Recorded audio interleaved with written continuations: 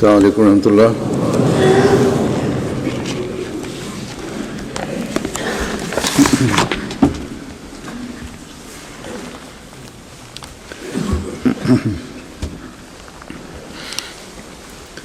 أشهد أن لا إله إلا الله وحده لا شريك له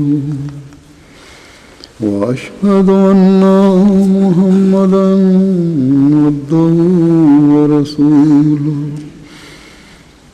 أما بعد فأعوذ بالله من الشيطان الرجيم.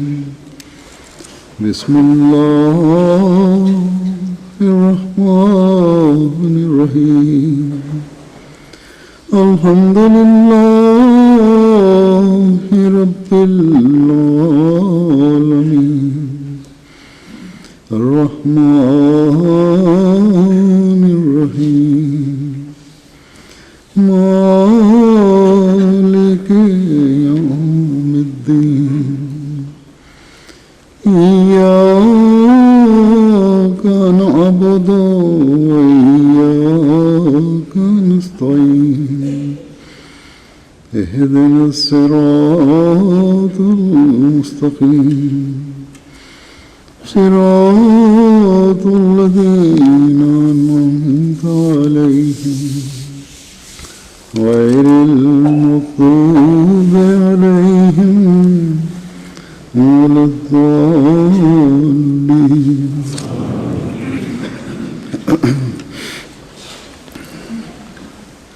حضرت مسیح موعود علیہ السلام فرماتے ہیں کہ ہماری جماعت کو قیل و قال پر محدود نہیں ہونا چاہیے.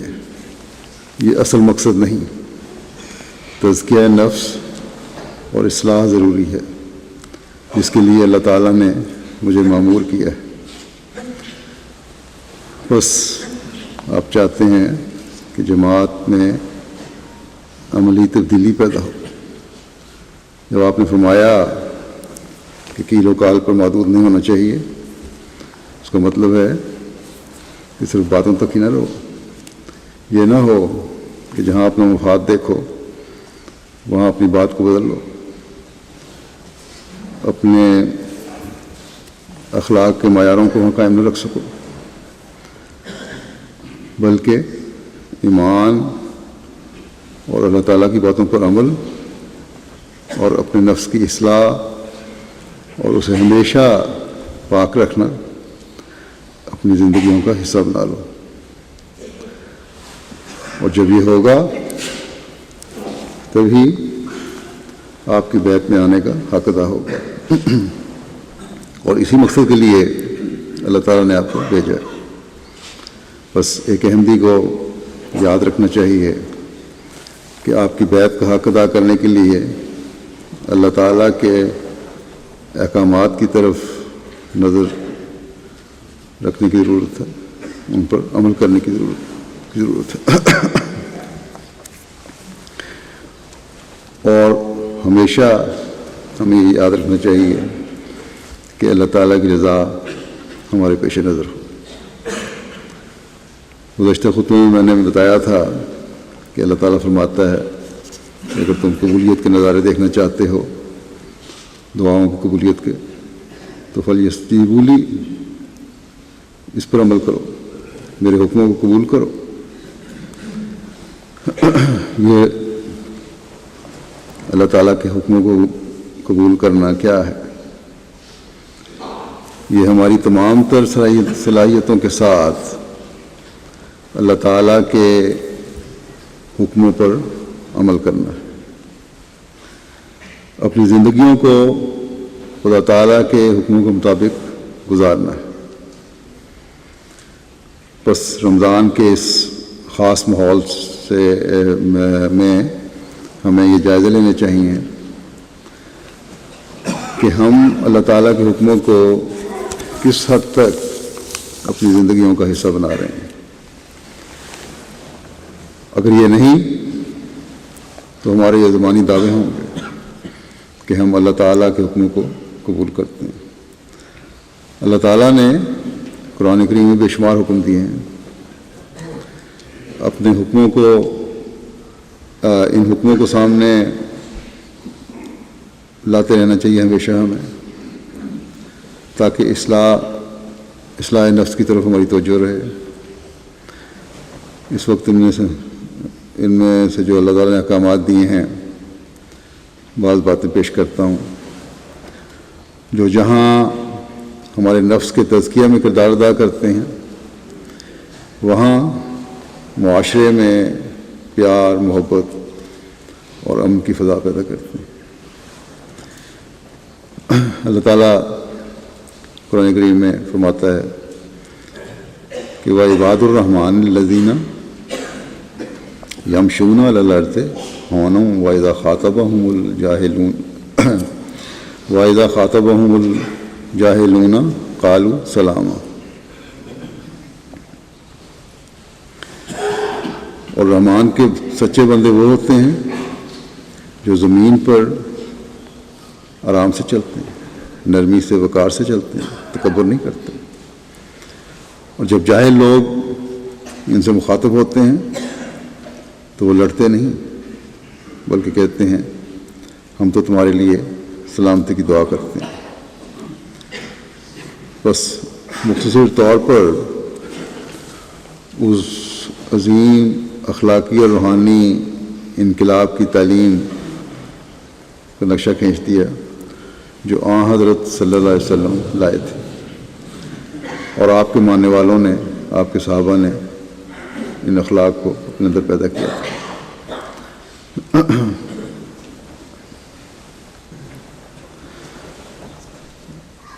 وہ زمانہ جب دنیا اندھیروں میں ڈوبی ہوئی تھی اور شیطان کے پنجے میں جکڑی ہوئی تھی، انا اور خود پسندی اور تکبر اور فتنہ و فساد نے دنیا کو تباہی کے گڑھے میں پھینکا ہوا تھا. اس وقت انسان کو اعلیٰ اخلاق اور عاجزی اور انکساری کا نہ صرف آپ صلی اللہ علیہ وسلم نے درس دیا، بلکہ ایسے انسان پیدا ہو گئے جو اس آیت کی عملی تصویر تھی. آج بھی دنیا کی یہی حالت ہے، اور اس زمانے میں بھی اللہ تعالیٰ نے حضرت صلی اللہ علیہ وسلم کے غلام صادق کو بھیج کر ایسے عباد الرحمن لوگوں کی جماعت بنانے پر مامور کیا ہے. بس آپ کی جماعت کی طرف منسوب ہونے والے ہر شخص کو اس معیار کو اپنے سامنے رکھنے کی ضرورت ہے. عباد الرحمن کے بارے میں جیسا کہ آیت میں اللہ تعالیٰ نے فرمایا کہ یمشون علی الارض ہونا، کہ زمین پر آرام سے، وقار سے، عاجزی سے اور تکبر کے بغیر چلتے ہیں. بس ایک حقیقی عبد الرحمن کو اس بات کا خیال رکھنے کی ضرورت ہے کہ اس میں عاجزی بھی ہو، وقار بھی ہو اور تکبر سے پاک بھی ہو. تو جب ایسی حالت ہو تو پھر ایسے لوگ معاشرے میں محبت پھیلانے والے اور اس کے امن کی ضمانت بن جاتے ہیں. یہ ان کا وقار اور عاجزی جاہلوں کے غلط عمل اور فساد پیدا کرنے کی کوشش پر ان سے یہ جواب کہلواتا ہے کہ سلام، تم ہمارے سے جھگڑے اور فساد کرتے ہو، لیکن ہم تمہارے سے جھگڑنے کے بجائے تمہارے لیے سلامتی اور امن کی دعا کرتے ہیں. اور خاص طور پر جب اختیار ہاتھ میں ہو، طاقت ہو، پھر جب انسان ایسا رویہ دکھائے تو کہ یہ ایسا بلند خلق ہے جو بندے کو حقیقی عبد بناتا ہے. یعنی یہ خلق جب انسان رحمان کا بندہ بننے کے لیے دکھا رہا ہو اللہ تعالیٰ کے حکم پر عمل کرنے کے لیے دکھا رہا ہو تو ایسے بندے اللہ تعالیٰ کا قرب پانے والے بن جاتے ہیں. اور ایسے ہی لوگ ہیں جن کی دعائیں بھی اللہ تعالیٰ قبول فرماتا ہے. اور یہ لوگ ان لوگوں میں شمار ہوتے ہیں جیسا کہ حضرت مسیح علیہ السلام نے فرمایا کہ ان کا تزکیہ نفس ہوتا ہے. وہ پاک نفس ہو کر اللہ تعالیٰ کی رضا کو حاصل کرنے والے بن جاتے ہیں. اللہ تعالیٰ کی حکومت اس دنیا میں قائم کرنے میں شامل ہونے والوں میں ہو جاتے ہیں. اللہ تعالیٰ چاہتا ہے کہ دنیا میں پیار، محبت اور بھائی چارہ اور عاجزی پھیلے، ہر قسم کی نیکیاں دنیا میں پھیلیں، تمام برائیوں کا خاتمہ ہو، شیطان کے پنجے سے انسانوں کو نجات ملے. اللہ تعالیٰ کے حکم پر چلتے ہوئے اس دنیا کو بھی انسان امن، سکون اور جنت کا گہوارہ بنا دے. اور اس غرض کے لیے اللہ تعالیٰ انبیاء کو دنیا میں بھیجتا ہے، اور سب سے بڑھ کر اس تعلیم کے ساتھ ہمارے آقا و مطاع حضرت محمد رسول اللہ صلی اللہ علیہ وسلم آئے، تاکہ دنیا کو حقیقی عبد رحمان بننے کے اسلوب سکھائیں،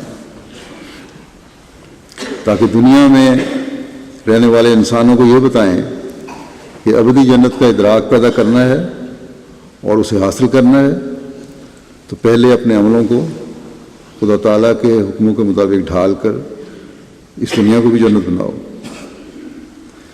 اللہ تعالیٰ کے ان بندوں میں شامل ہونے کی کوشش کرو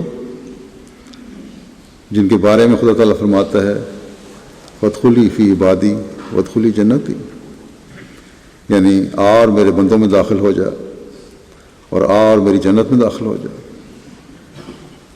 بس رمضان جس میں اللہ تعالیٰ یہ خوشخبری حضرت صلی اللہ علیہ وسلم کے ذریعے ہمیں دیتا ہے کہ اس میں دوزخ کے دروازے بند کر دیے جاتے ہیں اور جنت کے دروازے کھول دیے جاتے ہیں اور اللہ تعالیٰ بھی بندوں کے قریب تر آ جاتا ہے. اللہ تعالیٰ تو ہر وقت اور ہر جگہ موجود ہے. اللہ تعالیٰ کے نچلے آسمان پر آنے سے مراد ہے کہ نیک عملوں کی بڑھ کر جزا دیتا ہے، دعاؤں کو قبول کرتا ہے.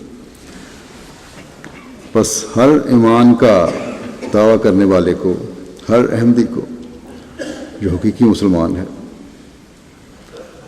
جس نے عبد الرحمن بننے کے لیے حضرت صلی اللہ علیہ وسلم کے غلام صادق کی بیعت کی ہے، اپنے جائزے لیتے ہوئے، عاجزی دکھاتے ہوئے، تکبر کو ختم کرتے ہوئے، اپنے معاشرے میں، اپنے گھر میں، اپنے ماحول میں جھگڑوں اور فسادوں کو ختم کرنے کی کوشش کرتے ہوئے امن اور سلامتی کو پھیلانا چاہیے. حضرت صلی اللہ علیہ وسلم نے اس بارے میں اپنا اسوہ ہمارے سامنے قائم فرما کر دکھایا اور مختلف مواقع پر نصائح بھی فرمائیں. حضرت صلی اللہ علیہ وسلم نے فرمایا کہ خدا تعالیٰ نے مجھے فرمایا ہے کہ اس حد تک انکساری اختیار کرو کہ کوئی کسی پر فخر نہ کرے. اس معیار کو جانچنے کے لیے کوئی بیرونی آلہ یا طریقہ نہیں ہے. ہر شخص اگر وہ حقیقت میں ایمان کا دعویٰ کرتا ہے تو پھر اس کو اپنا محاسبہ خود ہی کرنا چاہیے. وہی صحیح بتا سکتا ہے کہ کیا ہم فخر سے بالکل پاک ہیں، ہمیں اپنے کسی اعلیٰ خاندان ہونے پر فخر تو نہیں، ہمیں اپنی مالی حالت دوسروں سے بہتر ہونے پر فخر تو نہیں، ہمیں اپنی اولاد کے تعلیم یافتہ ہونے پر فخر تو نہیں، ہمیں اپنی علمی قابلیت پر فخر تو نہیں، ہمیں اپنی کسی نیکی پر فخر تو نہیں. حضرت صلی اللہ علیہ وسلم نے فرمایا کہ کسی عربی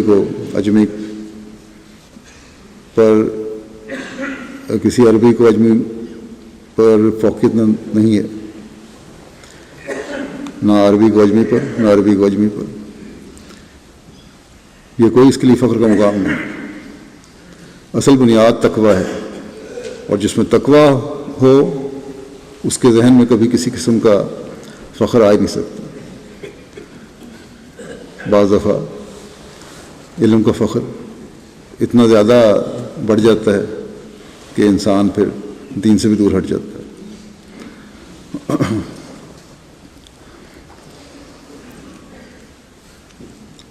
دیکھیں حضرت صلی اللہ علیہ وسلم کی عاجزی کی کیا انتہا تھی.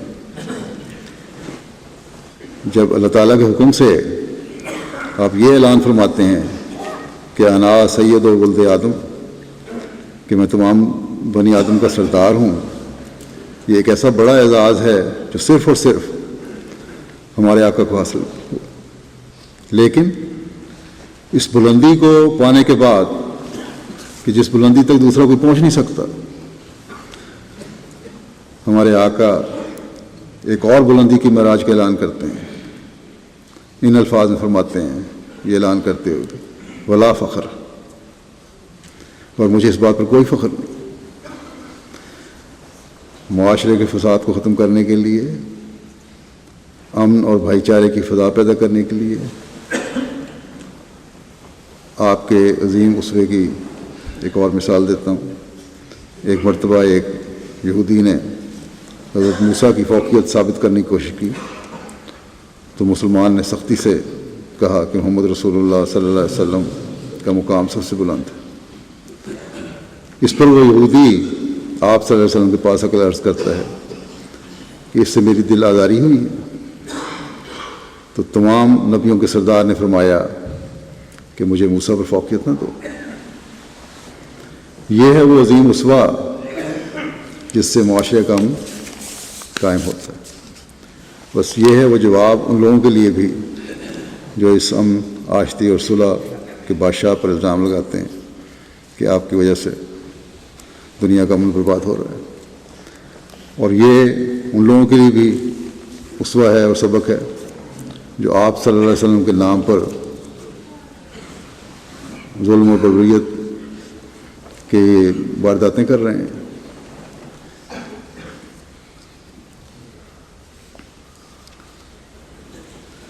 لیکن ہم جو حضرت مسیح علیہ السلام کو ماننے کا دعویٰ کرتے ہیں، اس وقت اس عملی دنیا میں ان الزام لگانے والوں کے الزاموں کو رد کرنے کی ذمہ داری ہمارے سپرد ہے. اگر ہمارا دعویٰ حقیقی مسلمان ہونے کا ہے تو اس حقیقی تعلیم کا نمونہ بھی ہمیں بننے کی کوشش کرنی چاہیے جس کو ماننے کا ہم دعویٰ کرتے ہیں. اور یہ باتیں جہاں ہمیں اللہ تعالیٰ کا قرب دلانے والی ہوں گی، وہاں اسلام کی خوبصورت تعلیم کو ہم پھیلانے والے بن کر دنیا کے راہبر بن سکیں گے. حضرت صلی اللہ علیہ وسلم نے ہمیں نصیحت فرماتے ہوئے ایک موقع پر فرمایا کہ خدا تعالیٰ فرماتا ہے کہ جس نے میرے لیے اس طرح عاجزی اختیار کی، یہ فرماتے ہوئے حضرت صلی اللہ علیہ وسلم نے اپنی ہتھیلی کو زمین پہ لگا دی. اس کو میں اتنا بلند کروں گا، اللہ تعالیٰ فرماتا ہے اتنا بلند کروں گا جو زمین سے لگ جائے. اور یہ بیان کرتے ہوئے اپنی ہتھیلی کو اونچا کیا اور بہت اونچا کر دیا. بس جو خدا تعالیٰ کی خاطر عاجزی دکھائے، جو خدا تعالیٰ کی رضا حاصل کرنے کے لیے تکبر سے نفرت کرے، جو خدا تعالیٰ کی خاطر معاشرے سے نفرتوں کے بیچ ختم کرنے کی کوشش کرے تاکہ امن اور سلامتی قائم ہو، اسے خدا تعالیٰ وہ بلندیاں عطا فرماتا ہے جو انسان کے وہم و گمان سے بھی باہر ہے. یہ دن ہمیں خدا تعالیٰ نے ہماری اصلاح کے لیے مہیا فرمائے ہیں. جیسا کہ میں نے کہا، ان دنوں میں ہمیں اپنے جائزے لینے کی ضرورت ہے. اپنے گھروں کے جھگڑوں کو خدا تعالیٰ کی خاطر ختم کر کے سلامتی اور امن کی فضا ہر احمدی کو پیدا کرنے کی ضرورت ہے. اپنے بھائیوں سے جھگڑوں کو ختم کر کے، جن کی بنیاد اکثر انا اور تکبری ہوتی ہے۔ معاشرے میں سلامتی پھیلانے کی ہر احمدی کوشش کرنی چاہیے۔ مخالفین کی باتوں پر صبر کا مظاہرہ کرتے ہوئے ان کی ہدایت کے لیے دعائیں کرنے کی ضرورت ہے تاکہ دنیا کے فساد بھی ختم ہوں۔ ہم امن اور سلامتی اور محبت کو دنیا میں قائم کرنے کی باتیں تو بہت کرتے ہیں، لیکن حقیقت اس وقت سامنے آتی ہے جب ہم خود اس معاملے میں ملوث ہیں اور خدا تعالیٰ کی خاطر قربانی دے کر اس امن اور پیار کو قائم کرنے کی کوشش کریں جس کا اللہ تعالیٰ ہمیں حکم دیتا ہے۔ حضرت مسیح موعود علیہ السلام ہمیں نصیحت کرتے ہوئے فرماتے ہیں کہ میں اپنی جماعت کو نصیحت کرتا ہوں کہ تکبر سے بچو، کیونکہ تکبر ہمارے خداوند ذوالجلال کی آنکھوں میں سخت مکروہ ہے۔ ایک شخص جو اپنے بھائی کی بات کو تواضع سے سننا نہیں چاہتا اور منہ پھیر لیتا ہے، اس نے بھی تکبر سے حصہ لیا۔ کوشش کرو کہ کوئی حصہ تکبر کا تم میں نہ ہو تاکہ ہلاک نہ ہو جاؤ اور تا تم اپنے اہل و عیال سمیت نجات پاؤ۔ خدا کی طرف جھکو اور جس قدر دنیا میں انسان کسی سے محبت ممکن ہے تم اس سے کرو، یعنی خدا سے کرو۔ جس قدر دنیا میں انسان کسی سے محبت کر سکتا ہے یا محبت ممکن ہے تم اس سے کرو، اور جس قدر دنیا میں کسی سے انسان ڈر سکتا ہے تم اپنے خدا سے ڈرو۔ پاک دل ہو جاؤ اور پاک ارادہ اور غریب اور مسکین اور بے شر تا تم پر رحم ہو۔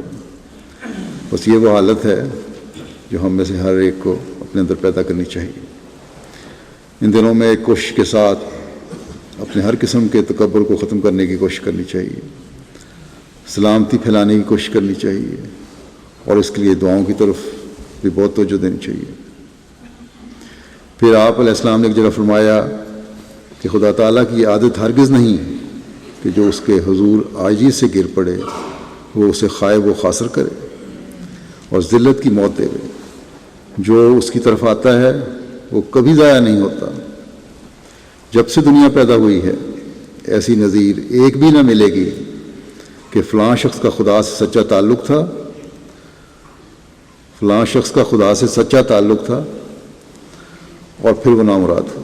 بس یہ سچا تعلق ضروری شرط ہے۔ خدا تعالیٰ بندے سے یہ چاہتا ہے کہ وہ اپنی نفسانی خواہش اس کے حضور پیش نہ کرے، صرف ذاتی خواہشات نہ ہو، اور مقصد صرف نہ ہو کوئی کہ مقصد ہے تو اللہ تعالیٰ کے حضور حاضر ہو گئے، بلکہ فرمایا کہ اور خالص ہو کر اس کی طرف جھک جاوے، نفسانی خواہش پیش نہ کرے اور خالص ہو کر اس کی طرف جھک جاوے۔ جو اس طرح جھکتا ہے اسے کوئی تکلیف نہیں ہوتی اور ہر ایک مشکل سے خود بخود اس کے لیے راہ نکل آتی ہے، جیسے کہ وہ خود فرماتا ہے من یتق اللہ یجعل لہ مخرجا ویرزقہ من حیث لا یحتسب۔ اس جگہ رزق سے مراد صرف روٹی نہیں بلکہ عزت، علم وغیرہ سب باتیں جن کی انسان کو ضرورت ہے اس میں داخل ہیں۔ خدا تعالیٰ سے جو ذرہ بھر بھی تعلق رکھتا ہے وہ کبھی ضائع نہیں ہوتا۔ پھر آپ فرماتے ہیں انسان جو ایک عاجز مخلوق ہے اپنے تئیں شامت اعمال سے بڑا سمجھنے لگ جاتا ہے، کبر اور رعونت اس میں آ جاتی ہے۔ اللہ کی راہ میں جب تک انسان اپنے آپ کو سب سے چھوٹا نہ سمجھے چھٹکارا نہیں پا سکتا۔ آپ فرماتے ہیں کبیر نے سچ کہا ہے، بھلا ہوا ہم نیچ بھئے ہر کو کیا سلام، جے ہوتے گھر اونچ کے ملتا کہاں بھگوان۔ یعنی اللہ تعالیٰ کا شکر ہے ہم چھوٹے گھر میں پیدا ہوئے، اگر عالی گھر میں ہوتے تو خدا نہ ملتا۔ جب لوگ اپنی اعلیٰ ذات پر فخر کرتے تو کبیر اپنی کم ذات پر نظر کر کے شکر کرتا تھا۔ بس انسان کو چاہیے کہ ہر دم اپنے آپ کو دیکھے کہ میں کیسا ہیچ ہوں، میری کیا ہستی ہے۔ ہر ایک خواہ کتنا ہی عالی نسب ہو، مگر جب وہ اپنے آپ کو دیکھے گا بہر نہج کو کسی نہ کسی پہلو میں بشرطے کے آنکھیں رکھتا ہوں، جو تمام کائنات سے اپنے آپ کو ضرور ناقابل و ہیچ جان لے گا۔ بس آنکھیں رکھنا شرط ہے، اپنے اندر کا جائزہ لینا شرط ہے، اپنے آپ کو پہچاننا شرط ہے، پھر کوئی فخر نہیں پیدا ہو سکتا۔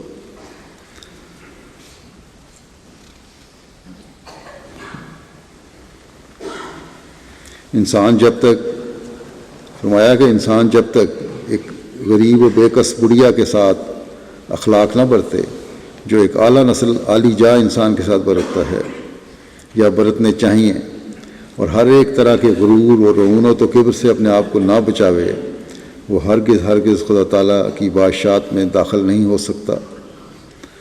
بس یہ وہ معیار ہے جو ہمیں حاصل کرنے کی کوشش کرنی چاہیے۔ دنیا میں خدا کی بادشاہت، اس کے دین کو پھیلا کر قائم کرنے کا ہمارا دعویٰ ہے۔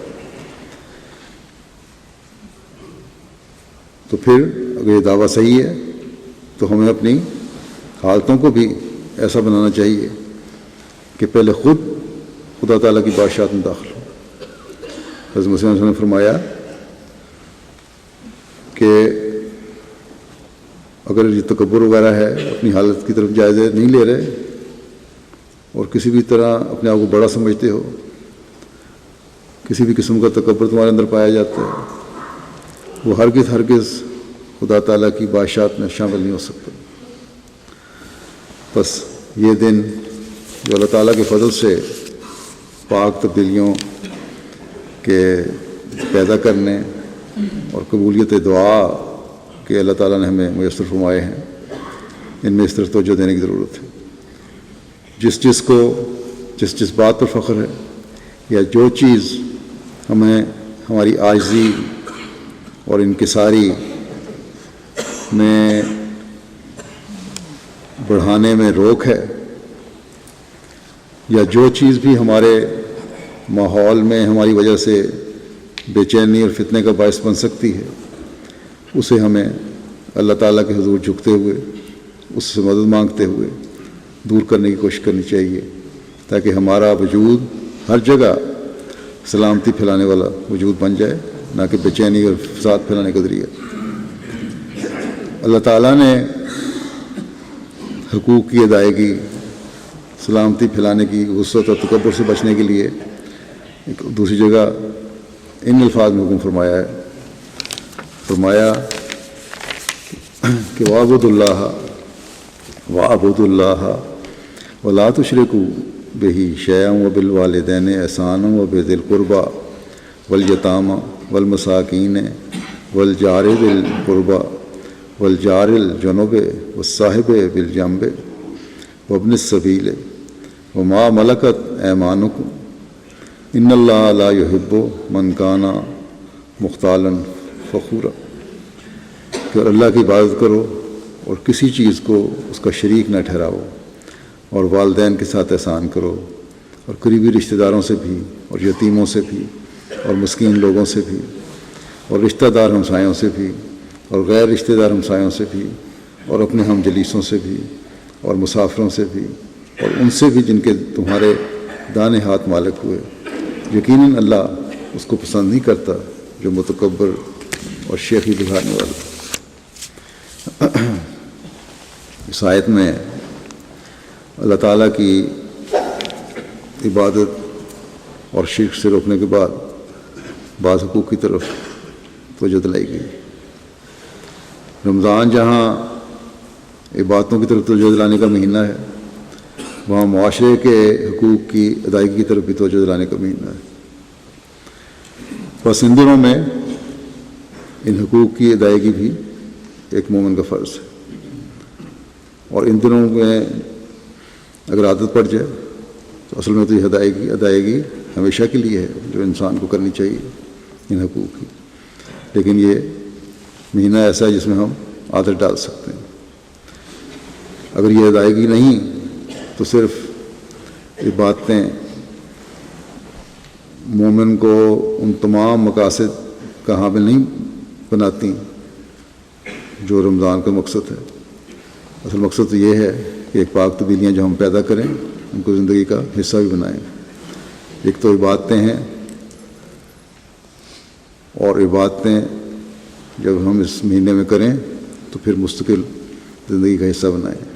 حقوق کی ادائیگی ہے، ان کی طرف ہم توجہ اس مہینے میں کریں تو پھر مستقل اپنی زندگی کا حصہ بنائیں۔ اسی لیے حضرت صلی اللہ علیہ وسلم نے فرمایا، ایک روایت میں آتا ہے کہ آپ بندوں کے حقوق کے لیے، غریبوں مسکینوں کی مدد کے لیے ان دنوں میں خاص طور پر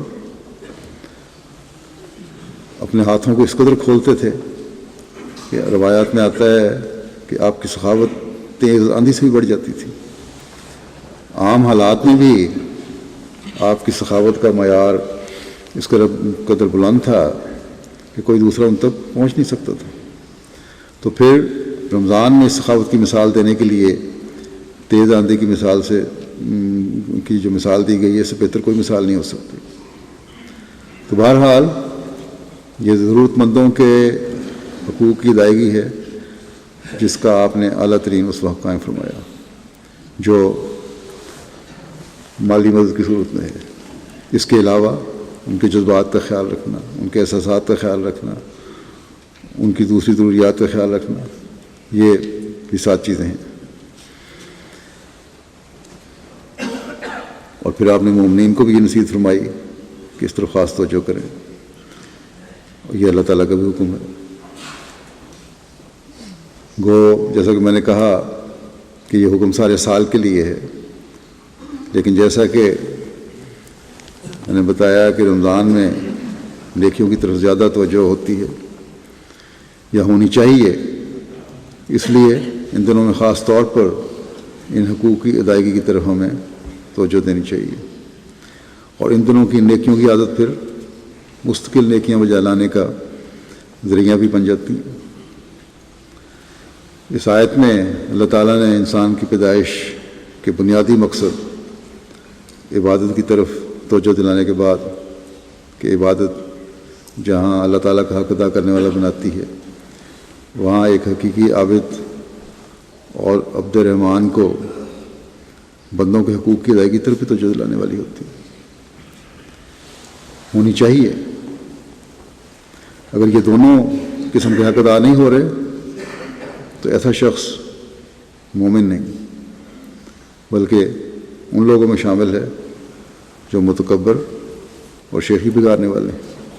بس اللہ تعالیٰ ہر عابد سے ان اعلیٰ اخلاق کی توقع رکھتا ہے اور اس کا حکم دیتا ہے جو عاجز ہو کر ایک مومن کو ادا کرنے چاہیے۔ ان حقوق کی ادائیگی کوئی یہ نہ سمجھے کہ بہت بڑی کوئی بڑائی ہے۔ حقوق کی ادائیگی بڑائی نہیں بلکہ ہر مومن کا فرض ہے، اور ان حقوق کی ادائیگی سے ہی عبادتیں بھی قبول ہوتی ہیں۔ جیسا کہ آیت میں واضح ہے، ان حقوق میں والدین کے حقوق ہیں، رشتہ داروں کے حقوق ہیں، یتیموں کے حقوق ہیں، مسکین لوگوں کے حقوق ہیں، رشتہ دار قریبی ہمسایوں کے حقوق ہیں، غیر رشتہ دار ہمسایوں کے حقوق ہیں، مختلف موقعوں پر ساتھ رہنے والے اٹھنے بیٹھنے والے لوگوں کے حقوق ہیں، مسافروں کے بھی حقوق ہیں، اور جو ہمارے زیر نگی ہیں، جو ہمارے پر انحصار کرنے والے ہیں، ان کے بھی حقوق ہیں۔ گویا کہ اس ایک آیت میں جو میں تمام انسانیت کا خیال رکھنے اور ان کے حقوق ادا کرنے کا احاطہ کر کے ان کی ادائیگی کی طرف توجہ دلا دی اور بلکہ حکم دے دیا۔ والدین کے حقوق کے بارے میں قرآن کریم میں اور جگہ بھی ذکر ہے۔ بڑھاپے میں ان کی خدمت کرنا، ان کا خیال رکھنا اولاد کا فرض ہے، اور یہ کوئی احسان نہیں ہے۔ رشتہ داروں کے حقوق ہیں، اس بارے میں اگر خاوند اور بیوی اپنے ایک دوسرے رشتہ داروں کے حق ادا کریں، سسرالیوں کے حق ادا کرتے رہیں، جس کے بارے میں اللہ تعالیٰ کا بھی حکم ہے کہ اپنی رحمی رشتوں کا بھی خیال رکھو، تو بہت سے جھگڑے گھروں کے ختم ہو جائیں اور پیار اور محبت کی فضا پیدا ہو جائے۔ جن جن گھروں میں ایسی ناچاکیاں ہیں، بہت سارے معاملات آتے ہیں، انہیں غور کرنا چاہیے ان دنوں میں خاص طور پہ، اور بجائے ضد اور انا کے اپنے گھروں کو بسانے کی کوشش کرنی چاہیے۔ پھر یتیموں کی خبرگیری بھی ایک بہت عام فریضہ ہے، ان کو معاشرے کا کارآمد حصہ بنانے کی کوشش کرنی چاہیے۔ ان کے حق کی ادائیگی کو حضرت صلی اللہ علیہ وسلم نے اتنی اہمیت دی ہے کہ فرمایا کہ میں اور یتیم کی پرورش کرنے والے جنت میں اس طرح ہوں گے جس طرح 2 انگلیاں ہیں اکٹھی، یعنی ہمارا بہت قریب کا ساتھ ہوگا۔ بس اس اہمیت کو جماعت کے افراد کو ہمیشہ اپنے سامنے رکھنا چاہیے اور یتاموں کی خبرگیری کے لیے خرچ کرنا چاہیے۔ جماعتی طور پر بھی اس کا انتظام موجود ہے۔ پھر ضرورت مندوں اور مسکینوں کے حقوق ہیں، اس میں تعلیم کے اخراجات ہیں، علاج معالجہ کے اخراجات ہیں، شادی بیاہ کے اخراجات ہیں۔ جماعت میں ان سب اخراجات پورے کرنے کے لیے علیحدہ فنڈ بھی جاری ہیں، ان میں بھی صاحب حیثیت لوگوں کو جن کو توفیق ہے جماعتی نظام کے تحت خرچ کرنا چاہیے۔ پھر اللہ تعالیٰ فرماتا ہے کہ رشتہ دار اور قریبی ہمسایوں کے حقوق ادا کروں۔ بس اس میں وہ ہمسائے بھی آ جاتے ہیں جو قریبی رشتہ دار ہیں، جو قریب رہنے والے ہیں، اور وہ بھی جن کے ساتھ اچھے دوستانہ تعلقات ہیں۔ اور پھر فرمایا کہ ایسے ہمسایوں کو بھی خیال رکھو جن کو تم اچھی طرح جانتے نہیں۔ ان میں وہ ہمسائے بھی آ جاتے ہیں جو تمہارے قریبی ہمسائے نہیں، دور کے ہمسائے ہیں۔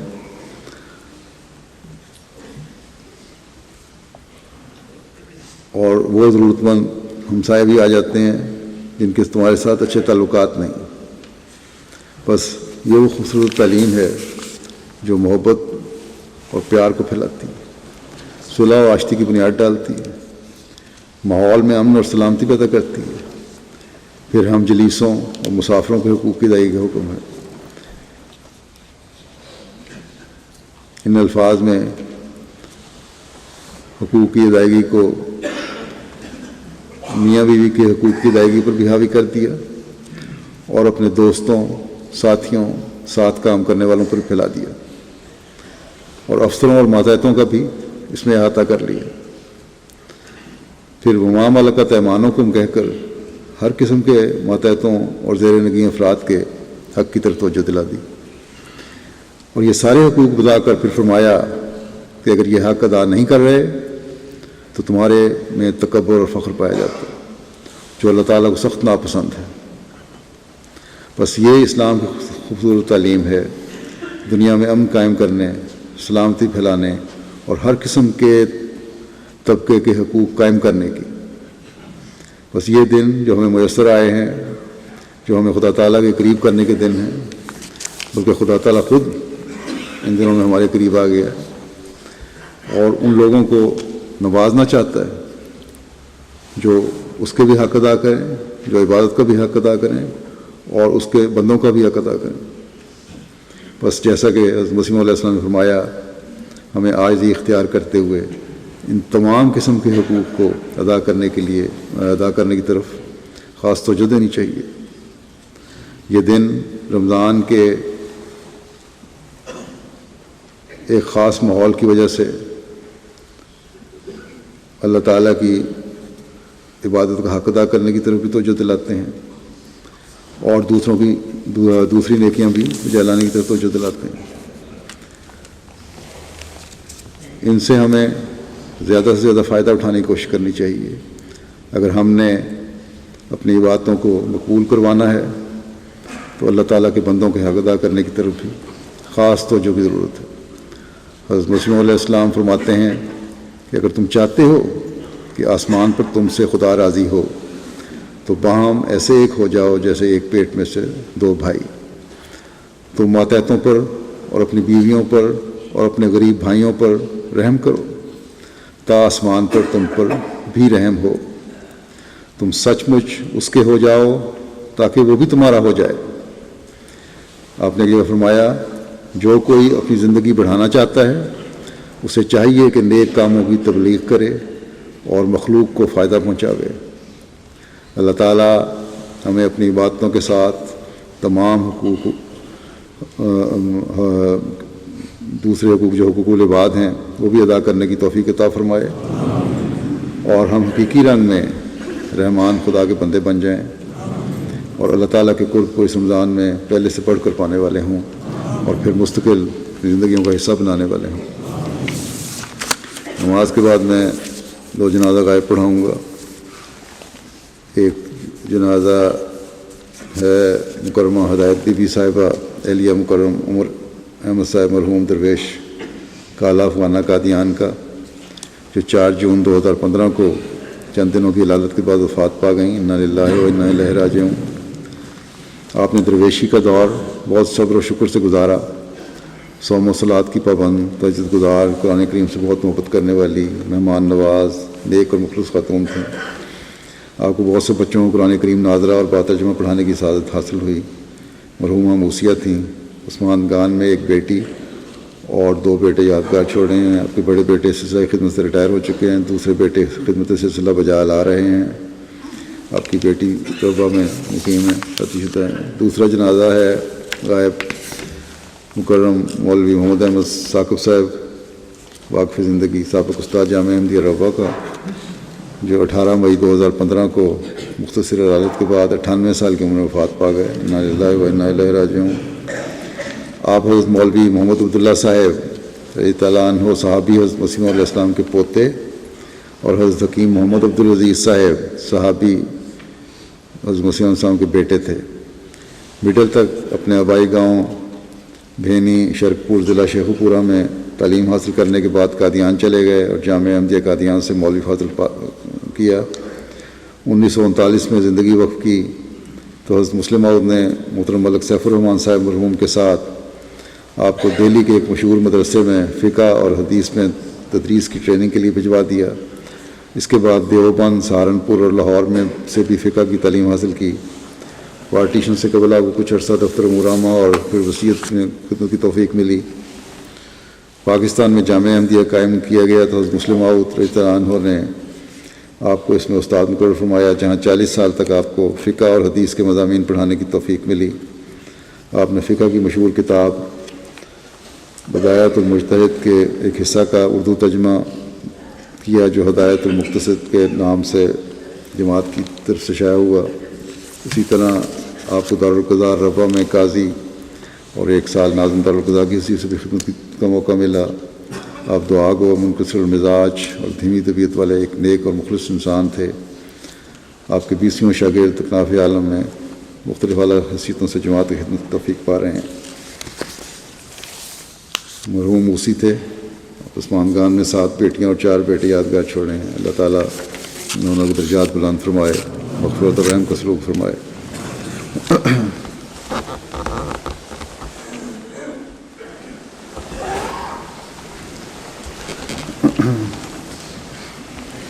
الحمد لله نحمده ونستعينه ونستغفره ونؤمن به ونتوكل عليه ونعوذ بالله من شرور أنفسنا ومن سيئات أعمالنا من يهده الله فلا مضل له ومن يضلل فلا هادي له ونشهد أن لا إله إلا الله ونشهد أن محمدا عبده ورسوله عباد الله رحمكم الله إن الله يأمر بالعدل والإحسان وإيتاء ذي القربى وينهى عن الفحشاء والمنكر والبغي يعظكم لعلكم تذكرون اذكروا الله يذكركم وادعوه يستجب لكم ولذكر الله أكبر.